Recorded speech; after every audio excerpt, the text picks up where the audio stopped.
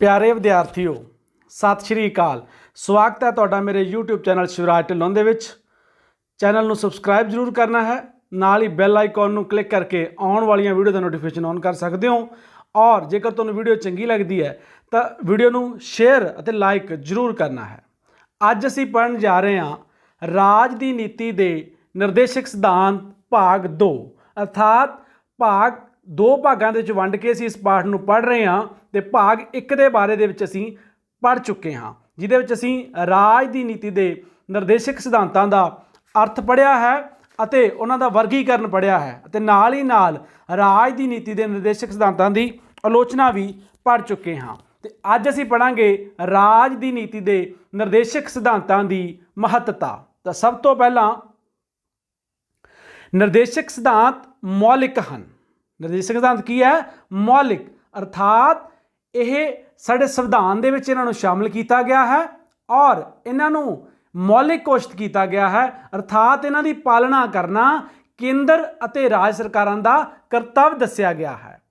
सरकार लई अगवाई दे उद्देश, जेकर निर्देशक सिद्धांतां नूं अमल विच लिआंदा जावे तो सही अर्थां विच एक आदर्श भारतीय समाज की स्थापना हो सकती है। ये निर्देशक सिद्धांत हर शासक दल लई अगवाई का काम करते हैं, क्योंकि लोकतंत्र विच वख-वख समय ते वख-वख सरकारां चुन के आउंदियां हन, पर सारियां सरकारां दीयां अपणियां नीतियां कुछ अलग हो सकदियां हन। पर क्योंकि निर्देशक सिद्धांत है जिहड़े उन्हां दी अगवाई इक्को ही है, तो सारियां सरकारां लई इन्हां कम्मां नूं करना, इन्हां निर्देशों का पालन करना जरूरी हो जाता है। चाहे इन्हां दे पिछे कानूनी शक्ति नहीं है, पर फिर भी लगभग सारे ही राजनीतिक दलों नूं इन्हां सिद्धांतां नूं अणगहली जां अणगौलिया नहीं कर सकते, क्योंकि उन्होंने अगलियां चोणां विच उन्हां नूं लोक मत दा समर्थन चाहिदा हुंदा है। और ये सारे निर्देशक सिद्धांत है जिहड़े इह जनता दे हितां विच हन। अगला आ गया जी कल्याणकारी राज दे आदर्श। आधुनिक युग दे विच जिहड़ा राज दा कंसैप्ट है, एक कल्याणकारी राज दा कंसैप्ट है कि राज नूं लोकां दे कल्याण लई वध तों वध काम करने चाहिए ने, जिवें मजदूरां लई, इस्त्रियां लई, बजुर्गां लई। तो इस तरह जिहड़े राज दी नीति दे निर्देशक सिद्धांत हन वो राज नूं समाज दा वध तों वध कल्याण करन दा निर्देश दिंदे हन। अगे आ गया जी लाभदायक नैतिक आदर्श। इन्हां दे विच असीं पढ़ांगे कि जिहड़ी जनता है जिहड़ी जनता है वो जिहड़ी समाज दे विच चंगा जीवन बतीत करना चाहुंदी है, और जिहड़े निर्देशक सिद्धांत हन वो राज नूं इन्हां नैतिक आदर्शां दी पालना करन लई प्रेरित करदे हन जां दिशा प्रदान करते हैं। इसलिए जिहड़े राज की नीति के निर्देशक सिद्धांत है ये समाज की भलाई दे लई है और समाज की भलाई दे लई दिशा निर्देश हैं। अगे आ गया जी नीति विच स्थिरता अते निरंतरता। लोकतंत्र दे विच लोक फतवा दिंदे ने किहड़ी पार्टी, किहड़े प्रतिनिधि, किहड़े लोग उन्हां ते शासन करनगे। तां समय समय ते सरकारां बदलदियां रहिंदियां, नवें तो नवां राजनीतिक दल जिहड़ा सामने आउंदा है और सरकार बनाउंदा है। उन्हां दियां जिहड़ियां पार्टी दियां जां दल दियां नीतियां विच कई वारी अंतर हुंदा है, तां जिहदे नाल नीतियां 'च स्थिरता नहीं रहिंदी। मान लो किसी एक सरकार ने कोई प्रोजैक्ट शुरू किया, दूजी सरकार वो प्रोजैक्ट नूं बंद कर दिंदी है। इहदे नाल नुकसान होएगा, पैसे का भी नुकसान होएगा, लोगों को सहूलतां मिलण च भी प्रॉब्लम जिहड़ी है समस्या आवेगी। तो जिहड़े राज की नीति के निर्देशक सिद्धांत है कोई भी दल आवे वो उन्हां दा पालन करदा है, तो इहदे नाल नीतियां दे विच स्थिरता बनी रहिंदी है। उस तो बाद है लोक मत की प्रौढ़ता।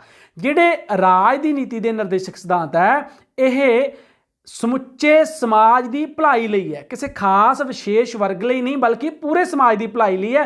इसलिए जिहड़े शासक दल है वो इन्हां दी उलंघना करन तो गुरेज करते हैं, अर्थात इन्हां दे अनुसार इन्हां निर्देशों की पालना करने की कोशिश करते हैं, क्योंकि वो लोक मत नूं अखों जिहड़ा परोखे नहीं कर सकते, क्योंकि उन्हां नूं लोक मत का समर्थन चाहिए होंदा एक निश्चित समय के बाद वोटां प्राप्त करने के लिए।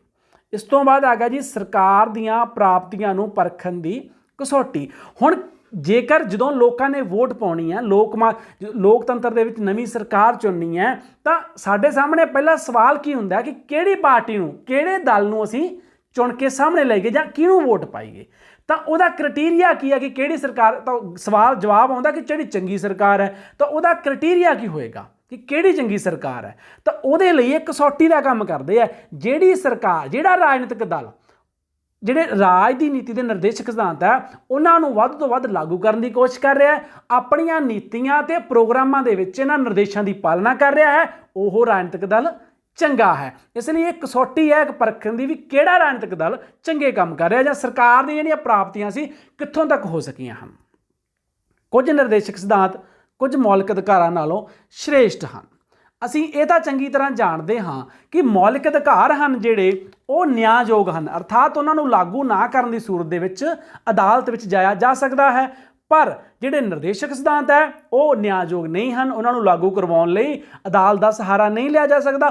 ਪਰ ਫਿਰ ਵੀ ਜਿਹੜਾ 39B ਹੈ ਤੇ 39C ਨਿਰਦੇਸ਼ਕ ਸਿਧਾਂਤ ਹੈ ਉਹਦੇ ਬਾਬਤ ਇਹ ਵਿਵਸਥਾ ਹੈ ਕਿ ਉਹਨਾਂ ਦੇ ਵਿੱਚ ਜਿਹੜੇ ਨਿਰਦੇਸ਼ ਦਿੱਤੇ ਗਏ ਆ 39B ਤੇ 39C ਦੇ ਵਿੱਚ, ਉਹਨਾਂ ਨੂੰ ਜਿਹੜਾ ਲਾਗੂ ਕਰਨ ਲਈ ਜੇਕਰ ਸਰਕਾਰ ਕੋਈ ਕਾਨੂੰਨ ਬਣਾਉਂਦੀ ਹੈ ਤਾਂ ਉਹ ਇਸ ਆਧਾਰ ਤੇ ਰੱਦ ਨਹੀਂ ਕੀਤਾ ਜਾ ਸਕਦਾ ਕਿ ਉਹ ਜਿਹੜਾ ਮੌਲਿਕ ਅਧਿਕਾਰਾਂ ਦਾ ਜਿਹੜਾ ਅਨੁਛੇਦ 14 ਤੇ 19 'ਚ ਦਿੱਤੇ ਅਧਿਕਾਰਾਂ ਦੀ ਉਲੰਘਣਾ ਕਰ ਰਿਹਾ। ਅਰਥਾਤ ਮਤਲਬ ਕੀ ਹੈ, ਜਿਹੜੇ 39B ਤੇ 39C ਹੈ ਇਹ ਦੋਨੇ ਜਿਹੜੇ ਸਿਧਾਂਤ ਹੈ ਰਾਜ ਦੀ ਨੀਤੀ ਦੇ ਨਿਰਦੇਸ਼ਕ ਸਿਧਾਂਤ, ਇਹ ਮੌਲਿਕ ਅਧਿਕਾਰਾਂ ਨਾਲੋਂ ਸੰਵਿਧਾਨਕ ਪੱਖ ਤੋਂ ਸ੍ਰੇਸ਼ਟ ਹੈ। ਅਰਥਾਤ ਜਿਹੜੇ ਦੋ ਸਾਡੇ ਸਿਧਾਂਤ ਹੈ ਮੌਲਿਕ ਅਧਿਕਾਰਾਂ ਤੋਂ ਵੀ ਸ੍ਰੇਸ਼ਟ ਹੈ। ਅਰਥਾਤ ਜੇ ਇਹਨਾਂ ਨੂੰ ਲਾਗੂ ਕਰਨ ਲਈ ਕੋਈ ਕਾਨੂੰਨ ਲਾਗੂ ਕਰਨਾ ਹੈ ਤਾਂ ਚਾਹੇ ਉਹ 14 ਤੇ 19 ਦੀ ਉਲੰਘਣਾ ਕਰਦਾ ਹੋਵੇ ਉਹ ਲਾਗੂ ਹੋਵੇਗਾ।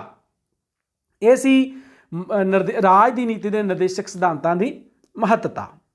ਤੇ ਹੁਣ ਅਸੀਂ ਪੜ੍ਹਦੇ ਹਾਂ ਨਿਰਦੇਸ਼ਕ ਸਿਧਾਂਤਾਂ ਪਿੱਛੇ ਸ਼ਕਤੀ ਕੀ ਹੈ। ਇੰਪੋਰਟੈਂਟ ਕੁਐਸਚਨ ਹੈ, ਬਹੁਤ ਵਾਰੀ ਪੁੱਛ ਲੈਂਦੇ ਨਿਰਦੇਸ਼ਕ ਸਿਧਾਂਤਾਂ ਪਿੱਛੇ ਕਿਹੜੀ ਸ਼ਕਤੀ ਹੈ। ਸੰਵਿਧਾਨ ਦੇ ਅਨੁਛੇਦ 37 ਵਿੱਚ ਇਹ ਸਪਸ਼ਟ ਵਿਵਸਥਾ ਕੀਤੀ ਗਈ ਹੈ ਕਿ ਇਹਨਾਂ ਸਿਧਾਂਤਾਂ ਨੂੰ ਅਦਾਲਤਾਂ ਦੁਆਰਾ ਲਾਗੂ ਨਹੀਂ ਕਰਵਾਇਆ ਜਾ ਸਕਦਾ, ਭਾਵ ਇਹ ਨਿਆਂਯੋਗ ਨਹੀਂ ਹੈ। ਇਸ ਦਾ ਸਪਸ਼ਟ ਭਾਵ ਹੈ ਕਿ ਇਹਨਾਂ ਸਿਧਾਂਤਾਂ ਪਿੱਛੇ ਕੋਈ ਕਾਨੂੰਨੀ ਸ਼ਕਤੀ ਨਹੀਂ ਹੈ। ਅਜਿਹੀ ਸਥਿਤੀ ਵਿੱਚ ਇਹ ਪ੍ਰਸ਼ਨ ਉਤਪੰਨ ਹੁੰਦਾ ਹੈ ਕਿ ਇਹਨਾਂ ਸਿਧਾਂਤਾਂ ਪਿੱਛੇ ਕਿਹੜੀ ਸ਼ਕਤੀ ਜਾਂ ਪ੍ਰਵਾਨਗੀ ਹੈ। ਇਸ ਸੰਬੰਧੀ ਇੰਨਾ ਹੀ ਕਹਿਣਾ ਕਾਫੀ ਹੈ ਕਿ ਇਹਨਾਂ ਸਿਧਾਂਤਾਂ ਦਾ ਕਲਿਆਣਕਾਰੀ ਸਰੂਪ, ਇਹਨਾਂ ਸਿਧਾਂਤਾਂ ਦੀ ਨੈਤਿਕਤਾ, ਇਹਨਾਂ ਦੀ ਸਮਾਜਿਕ ਅਤੇ ਆਰਥਿਕ ਉਪਯੋਗਤਾ ਹੀ ਇਹਨਾਂ ਸਿਧਾਂਤਾਂ ਦੀ ਸ਼ਕਤੀ ਹੈ। ਅਰਥਾਤ ਕਾਨੂੰਨੀ ਸ਼ਕਤੀ ਨਾ ਹੋਣ ਦੇ ਬਾਵਜੂਦ ਵੀ ਇਹਨਾਂ ਦਾ ਕਲਿਆਣਕਾਰੀ ਸਰੂਪ ਹੈ ਔਰ ਲੋਕ ਮਤ ਦੇ ਵਿੱਚ ਹੈ, ਜਨਤਾ ਦੀ ਭਲਾਈ ਦੇ ਵਿੱਚ ਹੈ। ਹਰ ਜਿਹੜੀ ਲੋਕਤੰਤਰੀ ਸਰਕਾਰ ਹੈ ਉਹਦੇ ਲਈ ਮੰਨਣਾ ਲਾਜ਼ਮੀ ਹੋ ਜਾਂਦਾ। ਇਹ ਸਿਧਾਂਤ ਨੈਤਿਕਤਾ ਦੇ ਆਧਾਰਿਤ ਹੈ, ਸਮਾਜਿਕ ਅਤੇ ਆਰਥਿਕ ਉਪਯੋਗਤਾ ਵੀ ਹੈ। ਇਸ ਲਈ ਲੋਕ ਮਤ ਨੂੰ ਆਪਣੇ ਹੱਕ ਵਿੱਚ ਕਰਨ ਦੇ ਲਈ ਜਿਹੜੀਆਂ ਰਾਜਨੀਤਿਕ ਦਲ ਨੇ ਉਹਨਾਂ ਸਿਧਾਂਤਾਂ ਨੂੰ ਲਾਗੂ ਕਰਨ ਦੀ ਕੋਸ਼ਿਸ਼ ਕਰਦੇ ਨੇ ਜਾਂ ਇਹਨਾਂ ਨਿਰਦੇਸ਼ਾਂ ਦੀ ਪਾਲਣਾ ਕਰਦੇ ਹਨ। ਇਸ ਲਈ ਇਹਨਾਂ ਪਿੱਛੇ ਇਹ ਸ਼ਕਤੀਆਂ ਹਨ, ਨਾ ਕਿ ਕਾਨੂੰਨੀ ਸ਼ਕਤੀ। ਹਾਂਜੀ, ਅੱਗੇ ਆ ਗਿਆ ਰਾਜ ਦੀ ਨੀਤੀ ਦੇ ਨਿਰਦੇਸ਼ਕ ਸਿਧਾਂਤ ਕਿਸ ਹੱਦ ਤੱਕ ਲਾਗੂ ਕੀਤੇ ਗਏ ਹਨ। ਹੁਣ ਆ ਸਵਾਲ ਇਹ ਹੈ ਵੀ ਸਾਡਾ ਸੰਵਿਧਾਨ ਲਾਗੂ ਹੋਏ ਨੂੰ ਬਹੁਤ ਲੰਬਾ ਸਮਾਂ ਹੋ ਗਿਆ, ਲਗਭਗ 70-75 ਸਾਲ ਹੋ ਗਏ ਆ, ਤਾਂ ਕਿਹੜੇ ਜਿਹੜੇ ਰਾਜ ਦੀ ਨੀਤੀ ਦੇ ਨਿਰਦੇਸ਼ਕ ਸਿਧਾਂਤ ਹੈ ਉਹ ਲਾਗੂ ਹੋ ਚੁੱਕੇ ਆ ਜਾਂ ਲਾਗੂ ਕੀਤੇ ਗਏ ਆ ਵੱਖ-ਵੱਖ ਸਰਕਾਰਾਂ ਦੇ ਦੁਆਰਾ। ਤਾਂ ਸਭ ਤੋਂ ਪਹਿਲਾ ਹੈਗਾ ਜੀ ਜ਼ਿਮੀਂਦਾਰੀ ਪ੍ਰਣਾਲੀ ਦੀ ਸਮਾਪਤੀ। ਕਾਫੀ ਲੰਮੇ ਸਮੇਂ ਤੋਂ ਭਾਰਤ ਦੇ ਵੱਖ-ਵੱਖ ਭਾਗਾਂ ਦੇ ਲੋਕ ਜ਼ਿਮੀਂਦਾਰੀ ਅਤੇ ਰਜਵਾੜਾਸ਼ਾਹੀ ਦੇ ਸ਼ਿਕਾਰ ਬਣੇ ਹੋਏ ਸਨ। ਉਤਪਾਦਨ ਦੇ ਸਾਧਨ ਇਹਨਾਂ ਕੁਝ ਜ਼ਗੀਰਦਾਰਾਂ ਦੇ ਹੱਥ ਵਿੱਚ ਹੀ ਸਨ। ਭਾਰਤ ਸਰਕਾਰ ਨੇ ਸੰਵਿਧਾਨ ਵਿੱਚ ਪਹਿਲੀ, ਚੌਥੀ, 17ਵੀਂ ਅਤੇ 25ਵੀਂ ਤਰਮੀਮ ਕਰਕੇ ਰਜਵਾੜਾਸ਼ਾਹੀ ਨੂੰ ਖਤਮ ਕਰਨ ਦਾ ਫੈਸਲਾ ਕੀਤਾ ਹੈ। ਸਾਡੇ ਭਾਰਤ ਦੇ ਵਿੱਚ ਜ਼ਿਮੀਂਦਾਰੀ ਪ੍ਰਥਾ ਸੀ, ਜਿਹੜੇ ਲੋਕ ਖੇਤਾਂ ਦੇ ਵਿੱਚ ਕੰਮ ਕਰਦੇ ਸੀ ਉਹ ਮੁਜਾਰੇ ਸੀ, ਔਰ ਜਿਹੜੇ ਜ਼ਿਮੀਂਦਾਰ ਸੀ ਉਹਨਾਂ ਕੋਲ ਜ਼ਿਆਦਾ ਜ਼ਮੀਨਾਂ ਸੀ। ਔਰ ਜਿਹੜੀ ਇਹ ਪ੍ਰਥਾ ਸੀ ਇਹ ਬਹੁਤ ਭੈੜੀ ਸੀ। ਅਰਥਾਤ ਜਿਹੜੇ ਲੋਕ ਕੰਮ ਕਰਦੇ ਸੀ ਉਹਨਾਂ ਨੂੰ ਮਿਹਨਤ ਦਾ ਫਲ ਨਹੀਂ ਮਿਲਦਾ ਸੀ ਔਰ ਕੁਝ ਲੋਕ ਜਿਹੜੇ ਹੈ ਤੇ ਮਾਲਕ ਬਣ ਕੇ ਜਿਹੜਾ ਇਹਦਾ ਫਾਇਦਾ ਉਠਾ ਰਹੇ ਸੀ। ਤਾਂ ਜਿਹੜਾ ਰਾਜ ਦੀ ਨੀਤੀ ਦੇ ਨਿਰਦੇਸ਼ਕ ਸਿਧਾਂਤ ਹੈ ਉਹਨਾਂ ਜਿਹੜੀ ਇਹ ਸਿਧਾਂਤ ਲਾਗੂ ਕਰਨ ਦੀ ਕੋਸ਼ਿਸ਼ ਕੀਤੀ ਗਈ ਔਰ ਉਹਨਾਂ ਸਿਧਾਂਤਾਂ ਦੀ ਪਾਲਣਾ ਕਰਦੇ ਹੋਏ ਜਿਹੜੀ ਰਜਵਾੜਾਸ਼ਾਹੀ ਹੈ ਉਹਦੇ ਲਈ ਪਹਿਲੀ ਸੋਧ ਕੀਤੀ ਗਈ, ਫਿਰ ਚੌਥੀ, 17ਵੀਂ ਤੇ 25ਵੀਂ ਇਹਨਾਂ ਸੋਧਾਂ ਰਾਹੀਂ ਜਿਹੜੀ ਰਜਵਾੜਾਸ਼ਾਹੀ ਦੀ ਪ੍ਰਥਾ ਸੀ ਉਹਨੂੰ ਖਤਮ ਕਰ ਦਿੱਤਾ ਗਿਆ ਹੈ। ਇਸ ਤੋਂ ਬਾਅਦ ਆ ਗਿਆ ਜੀ ਰਾਸ਼ਟਰੀਕਰਨ ਦੀ ਨੀਤੀ।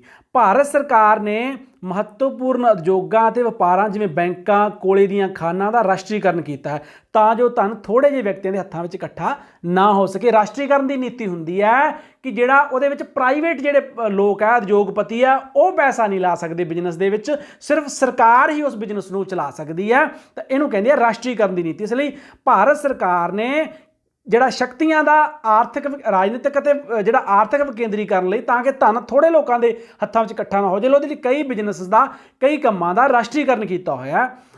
ਅਗਲਾ ਆ ਗਿਆ ਜੀ ਕਮਜ਼ੋਰ ਵਰਗਾਂ ਦੀ ਉੱਨਤੀ ਲਈ ਯਤਨ।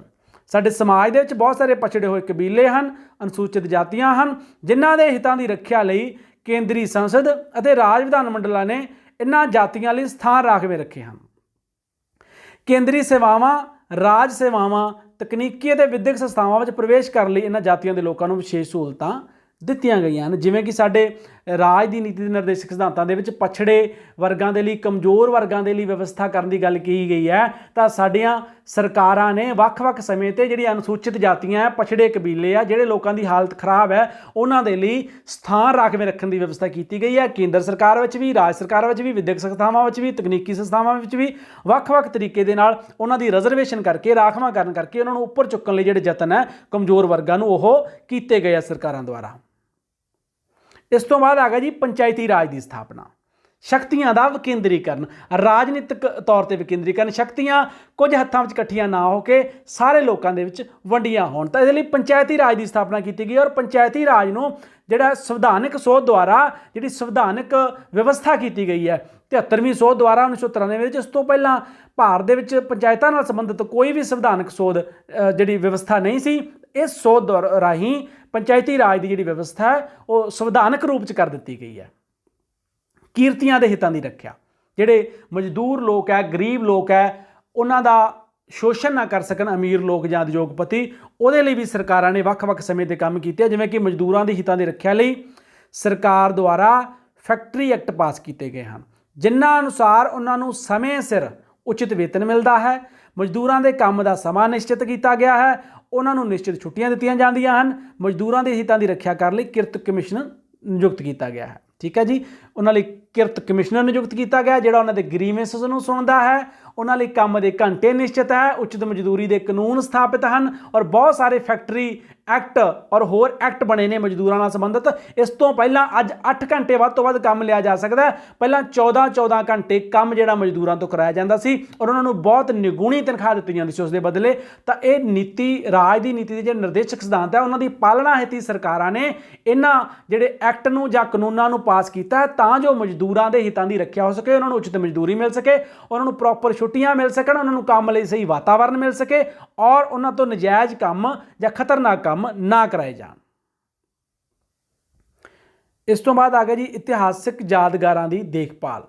ਇਤਿਹਾਸਕ ਯਾਦਗਾਰਾਂ ਕਿਸੇ ਦੇਸ਼ ਦਾ ਸਰਮਾਇਆ ਹੁੰਦੀਆਂ, ਕਿਸੇ ਦੇਸ਼ ਦੀ ਜਿਹੜੀ ਪਿੱਠ ਭੂਮੀ ਨੂੰ ਦਰਸਾਉਂਦੀਆਂ, ਲੋਕਾਂ ਲਈ ਉਹ ਜਿਹੜਾ ਹੈ ਉਤਸ਼ਾਹ ਦਾ ਕੰਮ ਕਰਦੀਆਂ ਨੇ, ਲੋਕਾਂ ਲਈ ਅਨੁਸ਼ਾਸਨ ਦੇ ਵਿੱਚ ਰਹਿ ਕੇ ਦੇਸ਼ ਦੀ ਤਰੱਕੀ ਜਾਂ ਵਿਕਾਸ ਯੋਗਦਾਨ ਪਾਉਣ ਲਈ ਦਿਸ਼ਾ ਨਿਰਦੇਸ਼ ਦਿੰਦੀਆਂ ਨੇ, ਲੋਕਾਂ ਨੂੰ ਆਪਣੇ ਵਿਰਸੇ ਤੇ ਮਾਣ ਹੁੰਦਾ ਹੈ। ਤੇ ਇਸ ਲਈ ਜਿਹੜੀ ਭਾਰਤ 'ਚ ਸਥਿਤ ਇਤਿਹਾਸਕ ਅਤੇ ਕੌਮੀ ਮਹੱਤਤਾ ਵਾਲੀਆਂ ਇਮਾਰਤਾਂ ਨੂੰ ਸੁਰੱਖਿਅਤ ਕੀਤਾ ਗਿਆ ਹੈ ਅਤੇ ਅਜਿਹੀਆਂ ਇਤਿਹਾਸਕ ਯਾਦਗਾਰਾਂ ਨੂੰ ਨਿਗਰਾਨ ਕਰਨ ਲਈ ਸਰਕਾਰ ਦੁਆਰਾ ਵਿਸ਼ੇਸ਼ ਅਧਿਕਾਰੀ ਨਿਯੁਕਤ ਕੀਤੇ ਗਏ ਹਨ।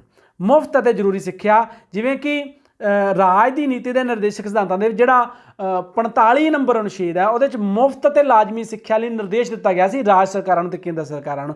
ਉਹਦੀ ਪ੍ਰਤੀਪੂਰਤੀ ਦੇ ਲਈ ਹੁਣ ਕੀ ਹੋਇਆ ਕਿ 86ਵੀਂ ਜਿਹੜੀ ਸੰਵਿਧਾਨਕ ਸੋਧ ਹੋਈ ਹੈ 2002 ਦੇ ਵਿੱਚ, ਉਹਦੇ 'ਚ ਸੰਸਦ ਨੇ ਵਿੱਦਿਆ ਦੇ ਅਧਿਕਾਰ ਨੂੰ ਮੌਲਿਕ ਅਧਿਕਾਰਾਂ ਵਾਲੇ ਅਧਿਆਇ ਵਿੱਚ ਸ਼ਾਮਿਲ ਕੀਤਾ ਹੈ ਔਰ ਇਸ ਸੋਧ ਦੁਆਰਾ ਨਾਗਰਿਕਾਂ ਦਾ ਮੌਲਿਕ ਕਰਤੱਵ ਵੀ ਅੰਕਿਤ ਕੀਤਾ ਗਿਆ ਹੈ ਕਿ ਸਾਰੇ ਮਾਤਾ ਪਿਤਾ ਆਪਣੇ ਬੱਚਿਆਂ ਲਈ ਅਜਿਹੀਆਂ ਸਹੂਲਤਾਂ ਉਪਲਬਧ ਕਰਾਉਣ ਤਾਂ ਜੋ ਬੱਚਿਆਂ ਨੂੰ ਸਿੱਖਿਆ ਪ੍ਰਾਪਤ ਕਰਨ ਲਈ ਸਹਾਇਕ ਸਿੱਧ ਹੋਣ। ਅਰਥਾਤ ਇਹ ਸਿਰਫ ਨਿਰਦੇਸ਼ ਸੀ ਕਿ 6 ਤੋਂ 14 ਸਾਲ ਤੱਕ ਦੀ ਉਮਰ ਦੇ ਬੱਚਿਆਂ ਨੂੰ ਮੁਫਤ ਅਤੇ ਲਾਜ਼ਮੀ ਸਿੱਖਿਆ ਦਿੱਤੀ ਜਾਵੇ, ਸਿਰਫ ਨਿਰਦੇਸ਼ ਸੀ।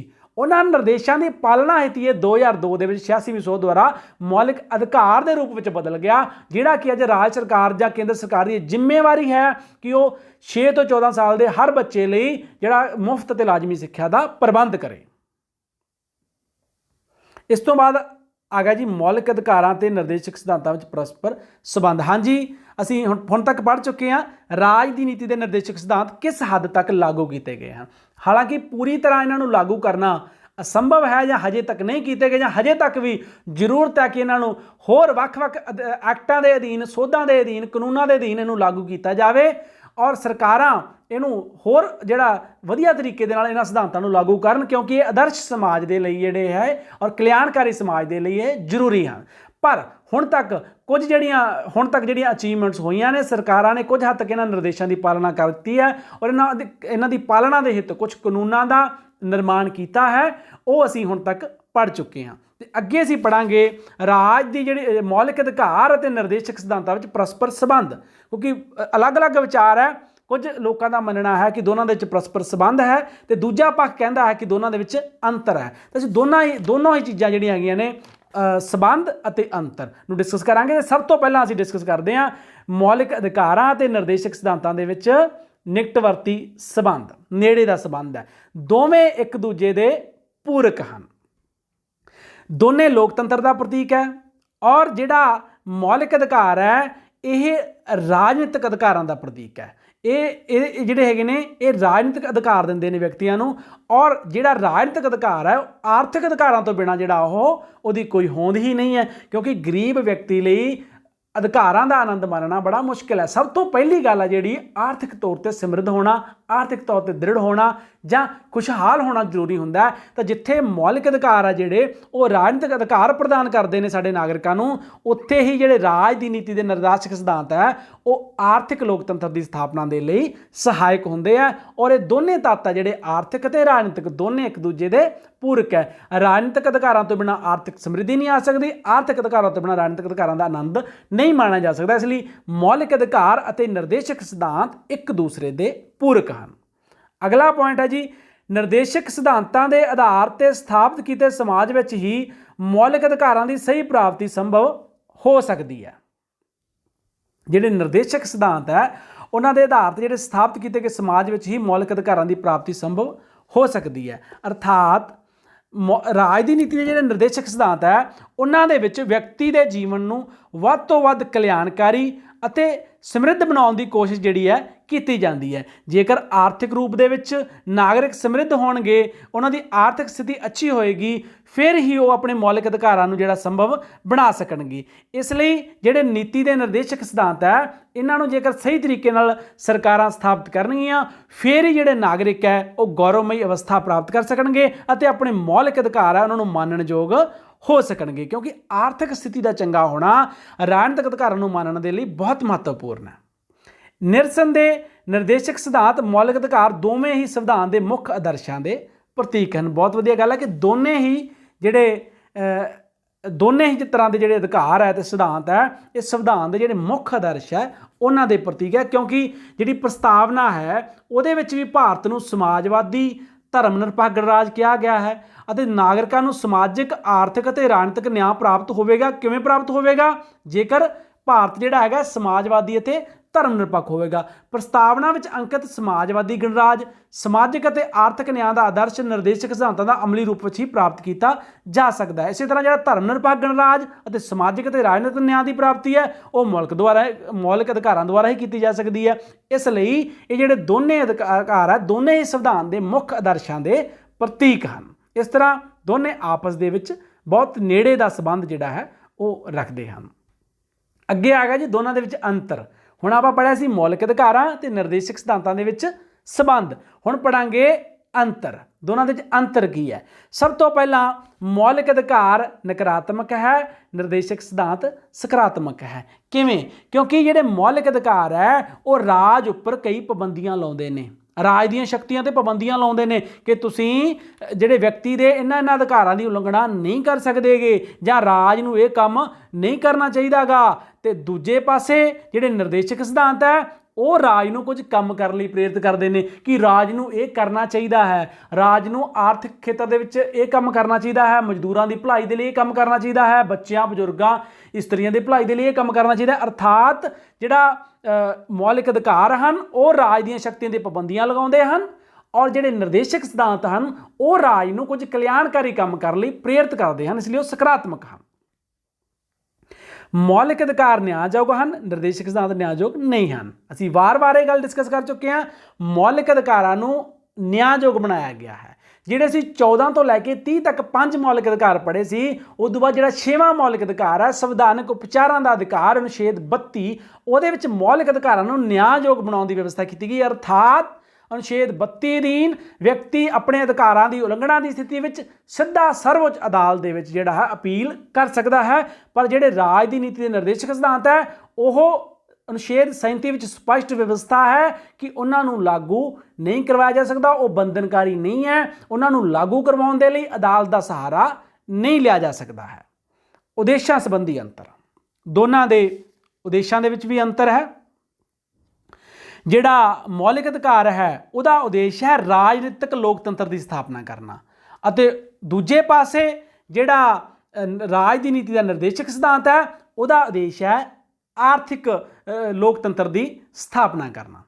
ਮੌਲਿਕ ਅਧਿਕਾਰਾਂ ਦੇ ਮੁਕਾਬਲੇ ਕੁਝ ਨਿਰਦੇਸ਼ਕ ਸਿਧਾਂਤਾਂ ਨੂੰ ਪਹਿਲ, ਜਿਹੜੇ ਵੈਸੇ ਤਾਂ ਮੌਲਿਕ ਅਧਿਕਾਰ ਨਿਆਂਯੋਗ ਹੈ ਤੇ ਨਿਰਦੇਸ਼ਕ ਸਿਧਾਂਤ ਨਿਆਂਯੋਗ ਨਹੀਂ ਹੈ, ਪਰ ਫਿਰ ਵੀ ਦੋ ਅਨੁਛੇਦ ਇਹੋ ਜਿਹੇ ਹੈ ਜਿਹੜੇ 39B ਅਤੇ 39C ਜਿਹੜੇ ਨਿਰਦੇਸ਼ਕ ਸਿਧਾਂਤਾਂ ਦੇ ਵਿੱਚ ਆਉਂਦੇ ਆ, ਉਹਨਾਂ ਨੂੰ ਲਾਗੂ ਕਰਵਾਉਣ ਦੇ ਲਈ ਜਿਹੜਾ ਅਨੁਛੇਦ, ਜੇਕਰ ਉਹਨਾਂ ਨੂੰ ਲਾਗੂ ਕਰਨ ਦੇ ਲਈ ਕੋਈ ਸਰਕਾਰ ਕਾਨੂੰਨ ਬਣਾਉਂਦੀ ਆ 39B ਤੇ 39C ਨੂੰ ਲਾਗੂ ਕਰਨ ਦੇ ਲਈ, ਤਾਂ ਜਿਹੜਾ ਅਨੁਛੇਦ ਹੈ ਮੌਲਿਕ ਅਧਿਕਾਰਾਂ ਦਾ 14 ਅਤੇ 19 ਉਹਦੀ ਜੇਕਰ ਉਲੰਘਣਾ ਵੀ ਹੁੰਦੀ ਹੈ ਤਾਂ 39B ਤੇ 39C ਵਾਲੇ ਕਾਨੂੰਨ ਲਾਗੂ ਰਹਿਣਗੇ। ਅਰਥਾਤ 39B ਤੇ 39C ਨਿਰਦੇਸ਼ਕ ਸਿਧਾਂਤ ਮੌਲਿਕ ਅਧਿਕਾਰਾਂ ਨਾਲੋਂ ਸ੍ਰੇਸ਼ਟਤਾ ਪ੍ਰਦਾਨ ਕੀਤੀ ਗਈ ਹੈ। ਇਹ ਸੀ ਦੋਨਾਂ ਦੇ ਵਿੱਚ ਅੰਤਰ, ਮੌਲਿਕ ਅਧਿਕਾਰਾਂ ਅਤੇ ਨਿਰਦੇਸ਼ਕ ਸਿਧਾਂਤਾਂ ਦੇ ਵਿੱਚ। ਤੇ ਹੁਣ ਅਸੀਂ ਪੜ੍ਹਦੇ ਹਾਂ ਮੌਲਿਕ ਅਧਿਕਾਰਾਂ ਅਤੇ ਨਿਰਦੇਸ਼ਕ ਸਿਧਾਂਤਾਂ ਵਿੱਚ ਪ੍ਰਥਮਤਾ ਜਾਂ ਪ੍ਰਮੁੱਖਤਾ ਦਾ ਪ੍ਰਸ਼ਨ। ਅਰਥਾਤ ਸਾਡੇ ਕੋਲ ਮੌਲਿਕ ਅਧਿਕਾਰ ਹੈ, ਨਿਰਦੇਸ਼ਕ ਸਿਧਾਂਤ ਹੈ, ਇਹਨਾਂ 'ਚੋਂ ਪ੍ਰਥਮਤਾ ਕਿਹਨੂੰ ਮਿਲੀ ਹੋਈ ਆ, ਪ੍ਰਮੁੱਖਤਾ ਕਿਹਨੂੰ ਹੈ? ਮੌਲਿਕ ਅਧਿਕਾਰ ਅਤੇ ਨਿਰਦੇਸ਼ਕ ਸਿਧਾਂਤ ਸੰਵਿਧਾਨ ਦੇ ਦੋ ਮਹੱਤਵਪੂਰਨ ਭਾਗ ਹਨ। ਇਹਨਾਂ ਦੋਹਾਂ ਭਾਗਾਂ ਸੰਬੰਧੀ ਕਈ ਵਾਰੀ ਇਹ ਵਾਦ ਵਿਵਾਦ ਉਤਪੰਨ ਹੋਇਆ ਹੈ ਕਿ ਇਹਨਾਂ ਦੋਨਾਂ ਵਿੱਚੋਂ ਕਾਨੂੰਨੀ ਤੌਰ ਤੇ ਪ੍ਰਮੁੱਖਤਾ ਕਿਸ ਨੂੰ ਪ੍ਰਾਪਤ ਹੈ। ਇਸ ਮਾਮਲੇ ਸੰਬੰਧੀ ਕਈ ਵਾਰੀ ਸੰਵਿਧਾਨਕ ਸੋਧਾਂ ਹੋਈਆਂ। ਸਰਵਉੱਚ ਅਦਾਲਤ ਨੇ ਕਈ ਮੁਕੱਦਮਿਆਂ ਦਾ ਇਸ ਸੰਬੰਧ ਵਿੱਚ ਫੈਸਲਾ ਵੀ ਦਿੱਤਾ ਹੈ, ਜਿਸ ਅਨੁਸਾਰ ਸੰਵਿਧਾਨ ਦੇ ਭਾਗ 3 ਵਿੱਚ ਅੰਕਿਤ ਮੌਲਿਕ ਅਧਿਕਾਰ ਰਾਜ ਦੀ ਨੀਤੀ ਦੇ ਨਿਰਦੇਸ਼ਕ ਸਿਧਾਂਤਾਂ ਤੋਂ ਉੱਪਰ ਹਨ ਅਤੇ ਨਿਰਦੇਸ਼ਕ ਸਿਧਾਂਤਾਂ ਨੂੰ ਮੌਲਿਕ ਅਧਿਕਾਰਾਂ ਦੇ ਨਾਲ-ਨਾਲ ਉਹਨਾਂ ਦੇ ਅਧੀਨ ਚੱਲਣਾ ਪਏਗਾ। ਸਧਾਰਨ ਸ਼ਬਦਾਂ ਵਿੱਚ ਗੱਲ ਕਰੀਏ ਤਾਂ ਇਹਦੇ ਲਈ ਬਹੁਤ ਵਾਰੀ ਵਾਦ ਵਿਵਾਦ ਹੋਇਆ, ਬਹੁਤ ਵਾਰੀ ਸੰਸਦ ਨੇ ਸੰਵਿਧਾਨਕ ਸੋਧਾਂ ਕੀਤੀਆਂ ਤੇ ਸਰਵਉੱਚ ਅਦਾਲਤ ਨੇ ਮੁਕੱਦਮਿਆਂ ਦੇ ਫੈਸਲੇ ਦਿੱਤੇ ਹੈ। ਪਰ ਐਂਡਲੀ ਹੁਣ ਤੱਕ ਜਿਹੜਾ ਕਨਕਲੂਜਨ ਕੀ ਨਿਕਲਦਾ ਕਿ ਜਿਹੜੇ ਮੌਲਿਕ ਅਧਿਕਾਰ ਹੈ ਉਹ ਨਿਰਦੇਸ਼ਕ ਸਿਧਾਂਤਾਂ ਤੋਂ ਉੱਪਰ ਹੈ। ਨਿਰਦੇਸ਼ਕ ਸਿਧਾਂਤ ਮੌਲਿਕ ਅਧਿਕਾਰਾਂ ਦੇ ਨਾਲ ਚੱਲਣਗੇ, ਪਰ ਮੌਲਿਕ ਅਧਿਕਾਰਾਂ ਦੇ ਅਧੀਨ ਚੱਲਣਗੇ। ਹਾਂ, ਪਰ 25ਵੀਂ ਤਰਮੀਮ, ਇੱਕ ਨਾਲ ਹੋਰ ਗੱਲ ਪੜ੍ਹ ਲਓ ਜਿਹੜੀ ਆਪਾਂ ਪਹਿਲਾਂ ਵੀ ਪੜ੍ਹੀ ਹੈ ਕਿ ਦੋ ਜਿਹੜੇ ਨਿਰਦੇਸ਼ਕ ਸਿਧਾਂਤ ਆ ਉਹਨਾਂ ਨੂੰ ਪ੍ਰਮੁੱਖਤਾ ਦਿੱਤੀ ਗਈ ਹੈ, ਉਹ ਨਾਲ ਗੱਲ ਜ਼ਰੂਰ ਨੋਟ ਕਰ ਲਓ। ਉਹ ਬਿਲਕੁਲ ਉਲਟਾ ਉਸਦੇ। ਵੈਸੇ ਨਿਰਦੇਸ਼ਕ ਸਿਧਾਂਤ ਅਧੀਨ ਹਨ ਮੌਲਿਕ ਅਧਿਕਾਰਾਂ ਦੇ, ਪਰ ਜੇ ਦੋ ਸਿਧਾਂਤਾਂ ਦੀ ਗੱਲ ਕਰੀਏ ਉਹ ਆਪਾਂ ਪੜ੍ਹ ਲੈਂਦੇ ਹਾਂ। 25ਵੀਂ ਤਰਮੀਮ ਦੁਆਰਾ ਸੰਵਿਧਾਨ ਵਿੱਚ ਵਿਵਸਥਾ ਕੀਤੀ ਗਈ ਸੀ ਕਿ ਰਾਜ ਦੁਆਰਾ ਬਣਾਇਆ ਕੋਈ ਵੀ ਅਜਿਹਾ ਕਾਨੂੰਨ ਜੋ ਅਨੁਛੇਦ 39B ਅਤੇ 39C ਵਿੱਚ ਵਰਣਿਤ ਨਿਰਦੇਸ਼ਕ ਸਿਧਾਂਤਾਂ ਨੂੰ ਲਾਗੂ ਕਰਨ ਲਈ ਬਣਾਇਆ ਗਿਆ ਹੈ, ਇਸ ਆਧਾਰ ਤੇ ਰੱਦ ਨਹੀਂ ਕੀਤਾ ਜਾ ਸਕਦਾ ਕਿ ਉਹ ਕਾਨੂੰਨ ਅਨੁਛੇਦ 14 ਅਤੇ 19 ਦੇ ਦਿੱਤੇ ਮੌਲਿਕ ਅਧਿਕਾਰਾਂ ਦੀ ਉਲੰਘਣਾ ਕਰਦਾ ਹੈ। ਵੈਸੇ ਨਿਰਦੇਸ਼ਕ ਸਿਧਾਂਤ ਮੌਲਿਕ ਅਧਿਕਾਰਾਂ ਦੇ ਅਧੀਨ ਹਨ, ਮੌਲਿਕ ਅਧਿਕਾਰ ਉੱਪਰ ਹਨ, ਪਰ 25ਵੀਂ ਸੋਧ ਦੁਆਰਾ ਇਹ ਵਿਵਸਥਾ ਕਰ ਦਿੱਤੀ ਗਈ ਹੈ ਕਿ ਜਿਹੜੇ ਦੋ ਨਿਰਦੇਸ਼ਕ ਸਿਧਾਂਤ ਹੈ 39B ਤੇ 39C, ਉਹਦੇ ਜਿਹੜੇ ਵਰਣਿਤ ਨਿਰਦੇਸ਼ਕ ਸਿਧਾਂਤ ਨੇ ਉਹਨਾਂ ਨੂੰ ਲਾਗੂ ਕਰਨ ਲਈ ਜੇਕਰ ਕੋਈ ਕਾਨੂੰਨ ਬਣਾਇਆ ਜਾਂਦਾ ਹੈ ਤਾਂ ਉਹ ਇਸ ਆਧਾਰ ਤੇ ਰੱਦ ਨਹੀਂ ਕਰ ਸਕਦੇ ਕਿ ਇਹ ਮੌਲਿਕ ਅਧਿਕਾਰ 14 ਅਤੇ 19 ਦੀ ਅਧਿਕਾਰਾਂ ਦੀ ਉਲੰਘਣਾ ਕਰਦਾ ਹੈ। ਇਹ ਦੋ ਅਧਿਕਾਰਾਂ ਨੂੰ ਪ੍ਰਮੁੱਖਤਾ ਦਿੱਤੀ ਗਈ ਹੈ। ਇਹ ਕਿਹੜੇ ਹਨ ਦੋ ਅਧਿਕਾਰ, ਇਹਨਾਂ ਬਾਰੇ ਵੀ ਆਪਾਂ ਜਾਣਕਾਰੀ ਲੈ ਲੈਂਦੇ ਹਾਂ। ਅਨੁਛੇਦ 39B ਹੈ, ਰਾਜ ਆਪਣੀ ਨੀਤੀ ਦੇ ਨਿਰਮਾਣ ਇਸ ਤਰ੍ਹਾਂ ਕਰੇ ਕਿ ਸਮਾਜ ਦੇ ਭੌਤਿਕ ਸਾਧਨਾਂ ਦੀ ਮਾਲਕੀ ਅਤੇ ਨਿਯੰਤਰਣ ਦੀ ਵੰਡ ਇਸ ਪ੍ਰਕਾਰ ਦੀ ਹੋਵੇ ਜਿਸ ਨਾਲ ਵੱਧ ਤੋਂ ਵੱਧ ਸਮਾਜ ਦੀ ਭਲਾਈ ਹੋ ਸਕੇ। ਤੇ 39C ਹੈਗਾ, ਰਾਜ ਆਪਣੀ ਨੀਤੀ ਦਾ ਨਿਰਮਾਣ ਅਜਿਹੇ ਰੂਪ ਵਿੱਚ ਕਰੇ ਕਿ ਆਰਥਿਕ ਪ੍ਰਣਾਲੀ ਦਾ ਸੰਚਾਲਨ ਧਨ ਅਤੇ ਉਤਪਾਦਨ ਦੇ ਸਾਧਨਾਂ ਨੂੰ ਸਾਂਝੀ ਭਲਾਈ ਦੇ ਵਿਰੁੱਧ ਕੇਂਦਰਿਤ ਨਾ ਹੋਣ ਦੇਵੇ। ਇਹ ਦੋ ਨਿਰਦੇਸ਼ਕ ਸਿਧਾਂਤ ਹਨ ਜਿਨ੍ਹਾਂ ਨੂੰ ਮੌਲਿਕ ਅਧਿਕਾਰਾਂ ਉੱਪਰ 25ਵੀਂ ਸੋਧ ਰਾਹੀਂ ਪ੍ਰਮੁੱਖਤਾ ਦਿੱਤੀ ਗਈ ਹੈ। ਬਾਕੀ ਜਿਹੜੇ ਸਿਧਾਂਤ ਨੇ ਉਹਨਾਂ ਦੇ ਜੇਕਰ ਮੁਕਾਬਲੇ ਗੱਲ ਕਰੀਏ ਤਾਂ ਮੌਲਿਕ ਅਧਿਕਾਰ ਉੱਪਰ ਹਨ, ਨਿਰਦੇਸ਼ਕ ਸਿਧਾਂਤ ਉਹਨਾਂ ਤੋਂ ਥੱਲੇ ਹਨ ਜਾਂ ਅਧੀਨ ਹਨ। ਤਾਂ ਇਹ ਸੀ ਅੱਜ ਦਾ ਸਾਡਾ ਪਾਠ, ਮੌਲਿਕ ਜਿਹੜਾ ਰਾਜ ਦੀ ਨੀਤੀ ਦੇ ਨਿਰਦੇਸ਼ਕ ਸਿਧਾਂਤ ਭਾਗ 2, ਜਿਹਦੇ ਵਿੱਚ ਅਸੀਂ ਨਿਰਦੇਸ਼ਕ ਸਿਧਾਂਤਾਂ ਦੀ ਮਹੱਤਤਾ ਦੇ ਬਾਰੇ ਦੇ ਵਿੱਚ ਪੜ੍ਹਿਆ, ਉਹਨਾਂ ਦੇ ਪਿੱਛੇ ਸ਼ਕਤੀ ਕੀ ਹੈ ਉਹਦੇ ਬਾਰੇ ਸਮਝਿਆ, ਔਰ ਨਾਲ ਹੀ ਰਾਜ ਦੀ ਨੀਤੀ ਦੇ ਨਿਰਦੇਸ਼ਕ ਸਿਧਾਂਤ ਕਿਸ ਹੱਦ ਤੱਕ ਲਾਗੂ ਕੀਤੇ ਗਏ ਆ ਹੁਣ ਤਾਈਂ ਸਰਕਾਰਾਂ ਦੇ ਦੁਆਰਾ, ਅਤੇ ਉਸ ਤੋਂ ਬਾਅਦ ਦੋਨਾਂ ਦੇ ਵਿੱਚ ਸੰਬੰਧ, ਨਿਕਟਵਰਤੀ ਸੰਬੰਧ ਅਤੇ ਅੰਤਰ ਬਾਰੇ ਵੀ ਪੜ੍ਹਿਆ, ਅਤੇ ਜਿਹੜਾ ਇਹਨਾਂ ਦੇ ਦੋਨਾਂ ਦੇ ਵਿੱਚੋਂ ਪ੍ਰਮੁੱਖਤਾ ਦਾ ਸਵਾਲ ਹੈ ਉਹਦੇ ਬਾਰੇ ਵੀ ਅਸੀਂ ਡਿਟੇਲ ਦੇ ਵਿੱਚ ਡਿਸਕਸ ਕੀਤਾ ਹੈ। ਉਮੀਦ ਹੈ ਤੁਹਾਨੂੰ ਸਾਰੀ ਜਾਣਕਾਰੀ ਚੰਗੀ ਲੱਗੀ ਹੋਵੇਗੀ। ਫਿਰ ਵੀ ਜੇਕਰ ਕੋਈ ਸੁਝਾਅ ਹੈ ਤਾਂ ਤੁਸੀਂ ਵੀਡੀਓ ਦੇ ਥੱਲੇ ਕਮੈਂਟ ਬਾਕਸ ਦੇ ਵਿੱਚ ਲਿਖ ਸਕਦੇ ਹੋ ਤੇ ਨਾਲ ਹੀ ਚੈਨਲ ਨੂੰ ਸਬਸਕ੍ਰਾਈਬ ਜ਼ਰੂਰ ਕਰਨਾ ਹੈ ਔਰ ਵੀਡੀਓ ਨੂੰ ਲਾਈਕ ਅਤੇ ਸ਼ੇਅਰ ਜ਼ਰੂਰ ਕਰਨਾ ਹੈ। ਧੰਨਵਾਦ।